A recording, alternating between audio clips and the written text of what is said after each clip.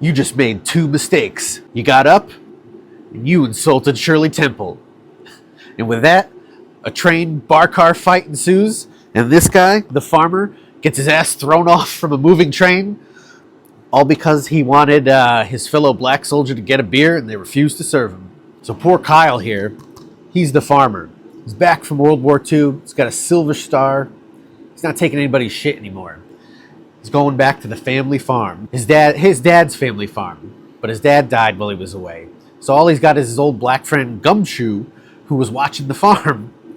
But, you know, they got behind on taxes. The farm's being foreclosed on.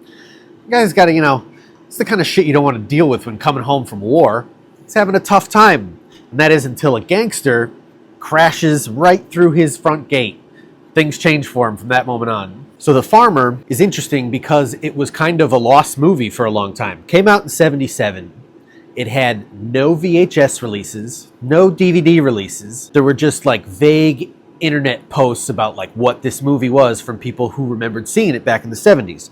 And that was until Bill Olson found a copy of this. After many years of people harassing him on Facebook, he finally put it out. It's got a pretty good funky '70s soundtrack, which is both good and a little distracting because the movie takes place in the 1940s, so it kind of doesn't match up.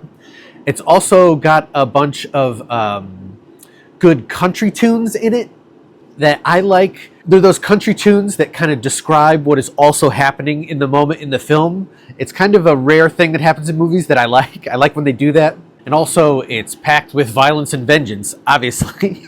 He gets involved with the gangster. The next thing, the gangster's got using him as sort of a hitman. And the whole time, he kind of is looking like a deranged Hunter S. Thompson. So obviously, if you don't like old-timey movies, I'm going to tell you to skip this. I'm talking to a very specific person who may be out there.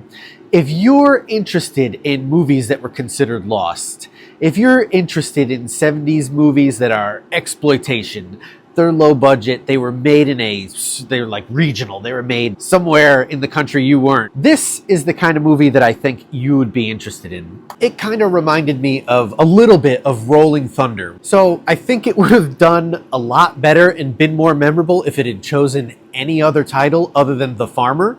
Because in this movie, you don't see him do much farming.